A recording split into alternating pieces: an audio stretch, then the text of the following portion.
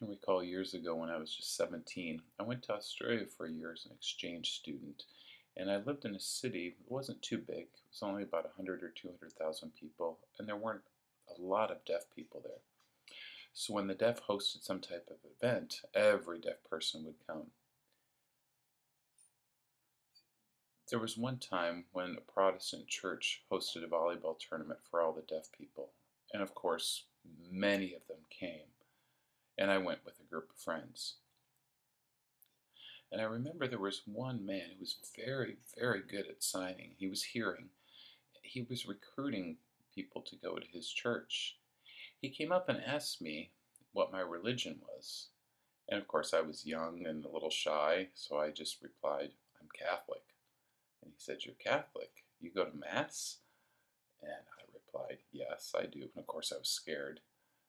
So you know what he said? He said, Poor you. He said, Mass is so boring. You'd be better off coming to my church where so many people come and they sing and they have fun and there's all kinds of lights and stuff happening. And I said, No, thank you. And I took off. Looking back at my response, I think if the man asked me today that same question, I would reply quite differently. I would probably say, well, I go to Mass not to look for fun or enjoyment. I go to Mass to worship God, to pray, and to honor Him. I also go to Mass to follow Jesus' commandments and teachings and to take His body and blood.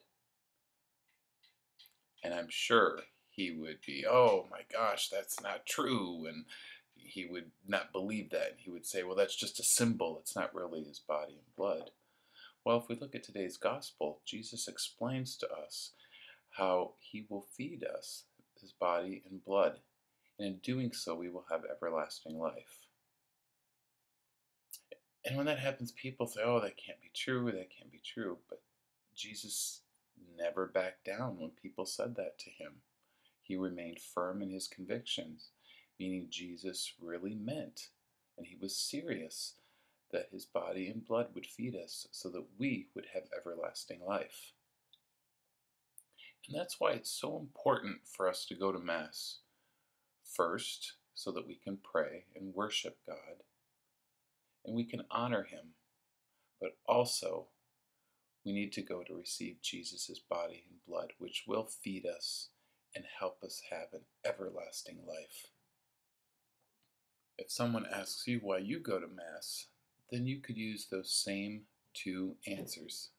And I'm telling you, people probably won't believe you and say it can't be, but use those examples from the gospel today where Jesus was firm in his commitment even though people didn't believe him. Thank you, and God bless.